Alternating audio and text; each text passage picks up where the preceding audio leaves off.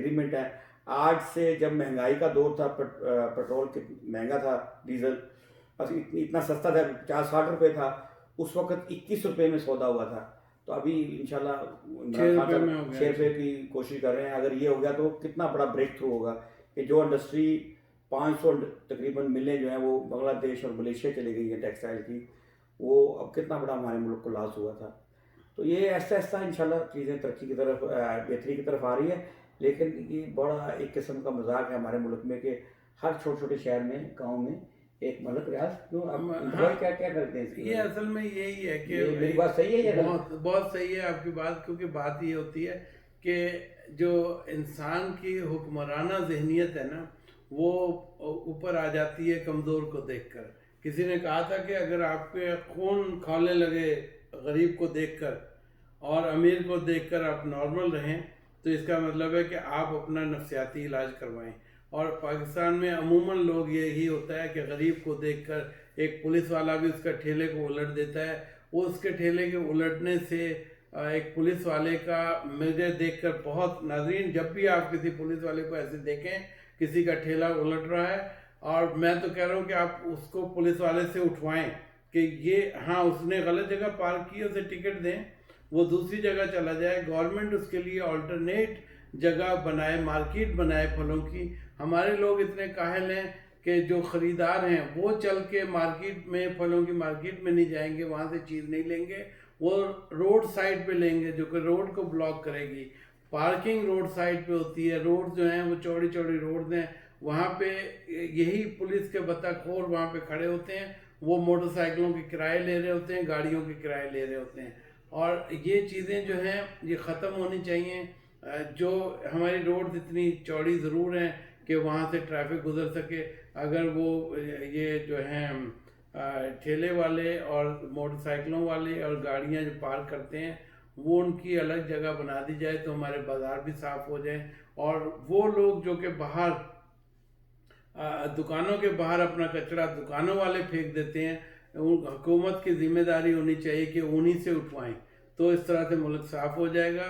اور نہیں تو ہمیں یہ کراچی کے حالات میں آپ نے دیکھے ہیں کہ کتنا کچرا جو ہے برساتی نالوں میں پھنسا ہوا تھا، اور اس سے اپنے ہی گھر ان کے بلاک ہوئے، ان کی اپنی گاڑیاں ڈوبی ہوئی ہیں، انہی لوگوں کی جنہوں نے کچرے پھینکے ہیں. ابھی انہیں سبق سیکھنا چاہیے اس سے کہ بھئی یہاں پہ جو پلاسٹک اور جو گتے اور جو پیپر جو بھی یہ نالیوں میں پھینک دیتے ہیں وہ جا کے کہیں نکلتا نہیں ہے، وہ جا کے پھنس جاتا ہے، اسی سے بلاکیج ہوتی ہے. اور جب اب رین ہوئی ہے کراچی میں، اسی طرح سے وہاں پہ جناب میں نے گاڑیاں دیکھی ہیں، ڈرائیور کی صرف گردن نظر آ رہی، پوری گاڑی پانی میں ڈوبی ہوئی ہے، but still he is driving, he still wants to go somewhere. لیکن اگر وہ محفوظ مقام پہ اپنے کو آپ کو کر لیتا، اس کی گاڑی بھی بچ جاتی. لیکن بات وہیں آ جاتی ہے، عوام اور بلدیاتی ادارے مل کے جب تک کام نہیں کریں گے، وہاں سے کبھی بھی گند جو ہے وہ ختم نہیں ہو سکتا. اور معاشرتی گند بھی جو ہے، جو ایک سیوک سینس ہے، وہ نہیں ہے ہماری قوم میں. سیوک سینس بہت ضروری ہے. آپ گاربیج پھینکیں گے، وہ کل کو آپ ہی کے لیے زحمت کا باعث بنے گا، اور آپ اس زحمت سے بچنے کے لیے جو کل آپ کے لیے مصیبت بنے، آج ہی کیوں نہ اسے پراپرلی ڈسپوز کریں.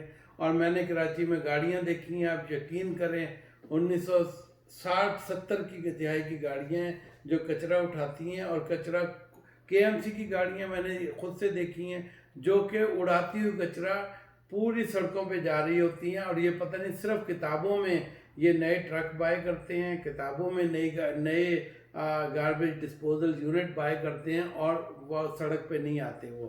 اور نئی گاڑیاں اگر بائی بھی کر لیں، ان کی آپریٹ نہیں کرتے انہیں، اور وہ پتہ نہیں ڈسپوز آف ہو جاتی ہیں. میں نے کہیں سنا تھا کہ کچھ سینکڑوں یا ہزاروں گاڑیاں نئی جو ہیں وہ ڈسمینٹل کر دی گئیں، آئی ہیں باہر سے اور ڈسمینٹل کر دی گئی ہیں، وہ آ کے لگی نہیں، سڑکوں پہ نہیں آئی ہیں. اور سڑکوں پہ بھی کیسے آئیں کیونکہ کراچی میں تو انفراسٹرکچر ہی نہیں بنایا انہوں نے. اس کو جو 70s میں دنیا کا ترقی یافتہ سٹی تھا، اس کو انہوں نے بالکل مونجداڑو یا ہڑپا کا جیسا ایک نقشہ دے دیا. بلکہ وہاں بھی پانی کی نکاس کی گلیاں پراپر تھیں، اور وہاں سے بھی پانی کا نکاس ہوتا تھا. جب بھی اس کے آثار ایسے نظر آ رہے ہیں کہ وہاں پہ سیدھی سڑکیں تھیں. تو میں یہی کہوں گا کہ آپ اپنے بلدیاتی اداروں کے جو ہیں اور آپ کے ایم پی ہیں ایم این اے ہیں ان کو جو ہے وہاں کے جو ممبر آف قومی اسمبلی ہیں نیشنل صوبائی اسمبلی ہیں انہیں پوچھیں, ان سے بات کریں, ایک سیوک کی کمیٹیاں بنائیں تاکہ اپنے گھروں کے باہر جو آپ کی کنسٹرکشن کا سامان ہے آپ باہر پھینک دیتے ہیں, پھر کہتے ہیں گورنمنٹ اٹھائے گی. یہ گورنمنٹ کا کام نہیں ہے, آپ نے ڈسپوز کرنا ہے اسے, آپ نے ہی اپنے گند کو, اپنے گھروں کے گند کو صاف کرنا ہے. بڑی بڑی بلڈنگوں میں آپ مل کر پینٹ کرائیں تاکہ پاکستان خوبصورت لگے. پاکستان خوبصورتی بہت انتخاب بھائی آپ کی باتیں تو ماشاءاللہ ایسی ہیں کہ بہت علمی باتیں ہیں اور بڑی اچھی, اور لیکن یہ ہے کہ وقت جو ہے وہ کم ہوتا جا رہا ہے. جی تو بالکل. انشاءاللہ ہم وائنڈ اپ کریں. ہاں جو بالکل وائنڈ اپ کرتے ہیں. مجھے راحت بھائی کے پروگرام میں آ کے بہت خوشی ہوتی ہے, یہ مجھے کھل کر بولنے کا موقع دیتے ہیں, اور میں اگر یہ پروگرام میں خود سے کروں کبھی بھی تو میں کبھی بھی نہیں اتنا بول سکتا, اور لیکن راحت بھائی کی یہ محبت پیار اور ان کے پروگرام میں میری شمولیت سے میرے سب چیزیں کھل کر سامنے آ جاتی ہیں کہ میں اپنے پاکستان کے لیے وہ باتیں کر جاؤں جو کہ میں چاہتا ہوں. اور اسی طرح دل اپنا پاکستان کا جو نغمہ ہے وہ آپ دیکھیں. میں اپنے ناظرین سے کہوں گا اس کو اسی طرح کر دیں جیسے دل دل پاکستان تھا. یہ آپ ہی کا نغمہ ہے, یہ آپ ہی کے لیے ہے.